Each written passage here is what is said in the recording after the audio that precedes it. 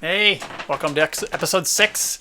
I took a little break to get the Android 11 fixed, basically. When Android 11 came out, it broke my app. That's the last thing you want to hear as an app maker is like, the new OS broke your app.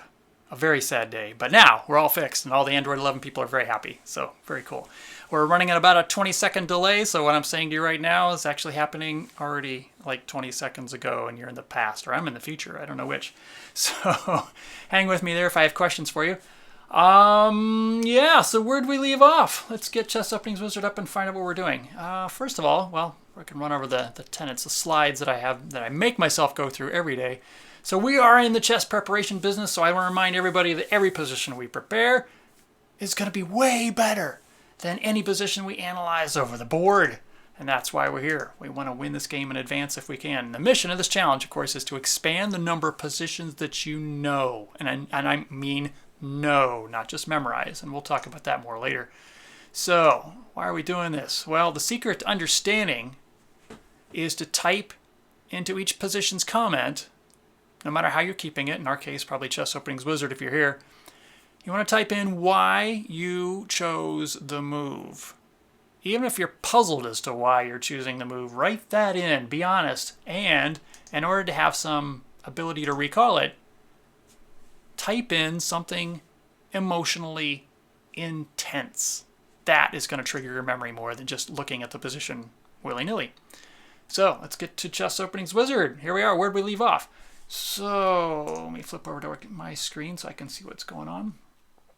Let's zoom on to the next branch. So I'm going to use that double forward arrow here to fast forward to the first branch point, which is that repetition of position. So he could play rook a1, hit the queen. Our best is to play queen b2, get out of the way.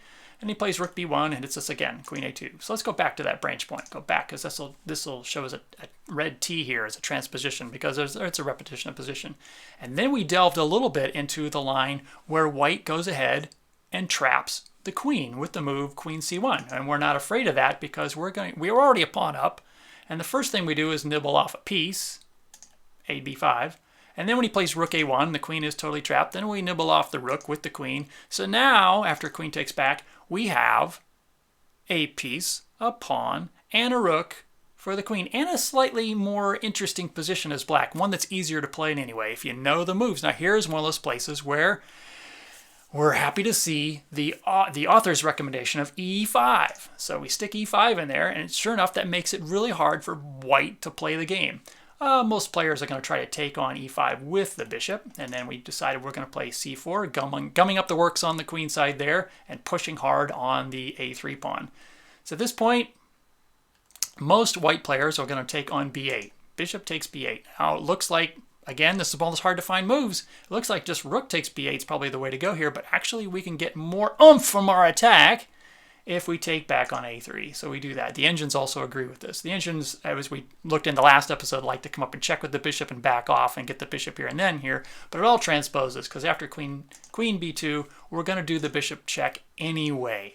At this point, the king can't slide on over because the knight's going to come in there and check, and it's going to be ugly.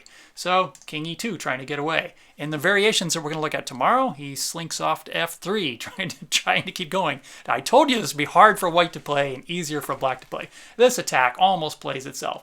So now rook a2, what a clever move. There's no way the queen can touch that because the queen would be lost to the knight fork. So that's where we leave off. And now we come to our hymnals. Show you really quick. So, I'm of course not trying to sell you any particular ebook that I have, although I love our ebooks and you probably would do well to buy one, but in this case I'm using old school techniques, Kaufman's new repertoire for black and white. It's the new one. He wrote an old one years ago, which is excellent. This new one, all new material, expanded and computer checked. Remember when I said that, and computer checked, because I don't know if it's tomorrow's episode, not tomorrow, but whatever the next episode is, or maybe the episode after that, we're going to find out that one of these lines was not checked very well. So it pays to keep your engine turned on after you've done your rig analysis. So we open our hymnals to page 254 and follow along for 5 new positions. This is going to be quick because I won't bother doing the exercise of adding the emotional intensity. I'm already intense, right? So let's go back to cow and take a look at where we are. So we're going to try to trap this guy. Well, no, we are going to actually escape at this point. Queen C1 looks to be a logical move. We get to play the bishop and continue harassing the queen. And now, let's see, Queen D2 is the way to go here. Queen D2. We have 2 more positions to go. So now we can play the B4, hitting the queen again. And now C1. And you'll see again that T right there. That red T means we transpose. So we just repeated some moves here. So what are we going to do? What are we going to break out of this repetition of position? We could go ahead and take the draw again at this point if we like the draw. Or we could continue. I'll give you the bonus move for tomorrow. Castles.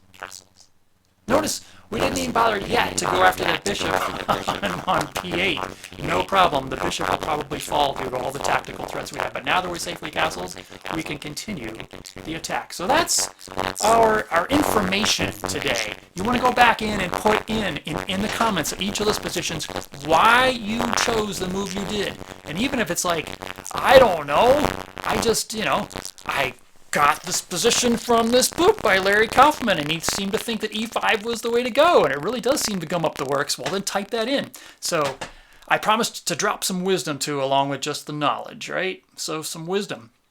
And this one comes from Ohio-grown wisdom.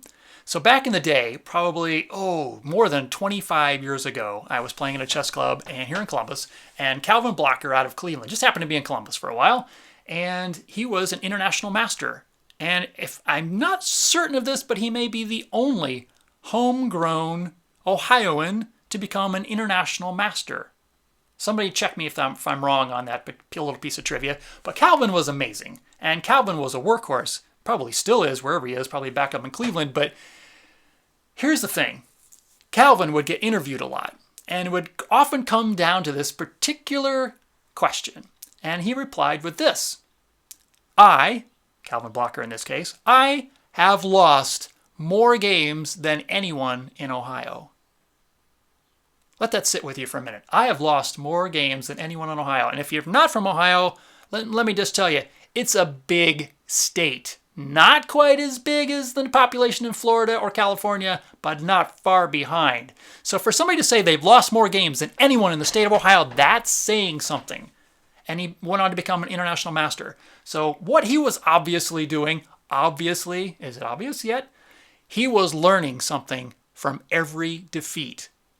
I've seen that in Magnus Carlsen. He's so happy to play the game of chess, right? He may not be so happy to lose, but everything is a gift. Every loss is a gift. And so I've done this in other videos too, showing how to use every loss as a gift. Not about Chess Openings Wizard, but still. Mostly, if you go into YouTube and look at the Lee Chess videos, you can bring in your game immediately right into Chess Openings Wizard and analyze it. It basically brings it in, takes you right to your novelty point, compares it to your repertoire, all automatically, right? Really, really cool stuff, especially if you have the professional version.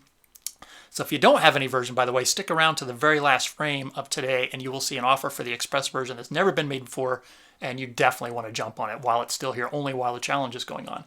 So what's going on? Calvin Blocker is learning from every loss and playing lots of chess, obviously doing plenty of preparation, which is what allowed him to become an international master while still living in the humble state of Ohio. So there is your wisdom for the day. Go forth and lose more games than anyone else, but be sure to learn from them. So I won't be back tomorrow, mostly because I can't give you a scheduled time right now because I have a class that keeps moving, another class. So once I get that one nailed down for the next 4 days, then I will know when I can actually go live for the next episodes, but don't expect me here tomorrow. If it is, it's going to be a bonus and a surprise. So go forth, lose more games, keep preparing, and keep posting in the group. The point is to get out there in the challenge and then post on the group, I added my 5. And if you can add it with intensity at the end, bonus points for you. I'll look for you in the next episode.